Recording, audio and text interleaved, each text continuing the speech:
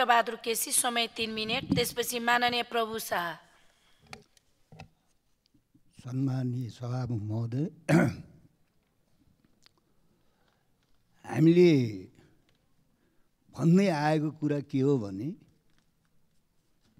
यो लोकतन्त्र गणतन्त्रमाथि कालो बादल मडारिरहेको छ।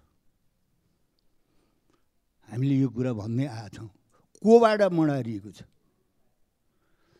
आफ्नो गुमेको स्वर्ग चाहिँ प्राप्त गर्न त तपाईँ चाहिँ नियमै हो नि।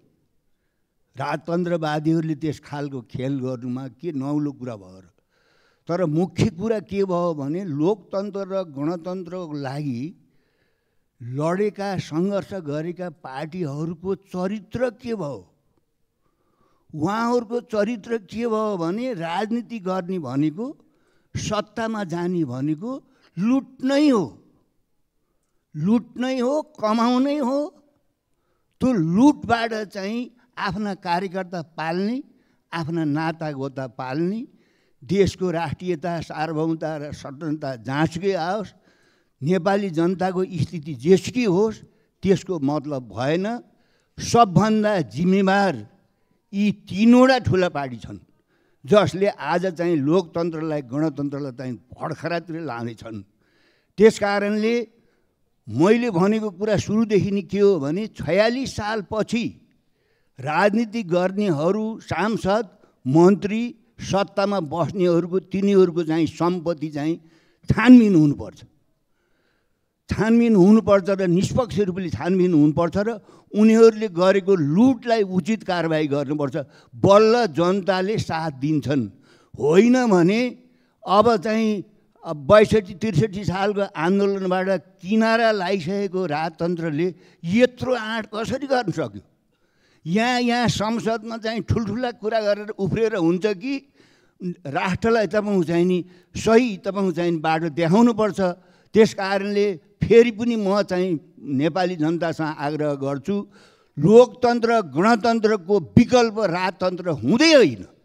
लोकतन्त्र गणतन्त्र लयो भने यो चाहिँ पटक पटक सत्तामा शक्तिमा बसेर मुलुकलाई बर्मा लुट गर्ने ठगहरूलाई एक दिन जनताले कारबाही गरिदिन्छ। यो लोकतन्त्र गणतन्त्र सिद्धियो भने फेरि अधिनायकवादी बाटो आउनेछ र यो लोकतन्त्र गणतन्त्र प्राप्तिको लागि हामीले लामो समय फेरि चाहिँ लडाइँ लड्नु पर्नेछ। अन्तमा शिक्षा प्रणाली ध्वस्त पारिएको छ। त्यस कारणले शिक्षा ऐन चाहिँ जारी होस् भनेर देशभरिबाट शिक्षकहरूले जुन काठमाडौँमा आन्दोलन गरिरहेका छन्, त्यो शिक्षकहरूको चाहिँ माग जायज छ।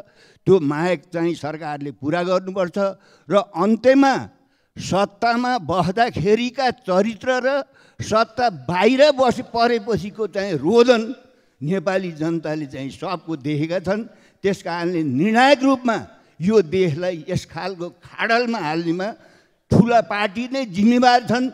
त्यसमा नि तीनवटा ठुला पार्टीले अहिलेको यो सबै परिस्थितिको जिम्मा लिनुपर्छ र नेपाली जनताका अगाडि चाहिँ विगतमा जे गल्ती कमजोरी भएका हुन् स्पष्टता साथ नेपाली जनतालाई चाहिँ राख्नुपर्छ।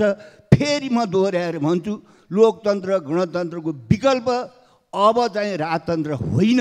संसारैभरिबाट अस्ताइसकेको राजतन्त्रलाई फेरि यहाँ बिउताउने जुन षड्यन्त्र गरेछ, त्यसको लागि छिमेकबाट के चाहिँ आश्वासन छ त्यो पनि बुझ्नुपर्छ। यहाँ त राजालाई बडो राष्ट्रवादी, विदेशीहरूको बुझी नचढेको भन्ने सुनिन्थ्यो अरू पार्टीलाई भन्दाखेरि।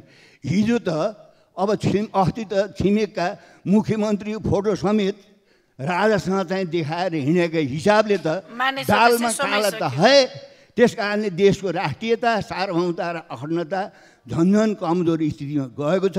त्यस कारणले नेपाली जनता सतर्क हुनुपर्छ।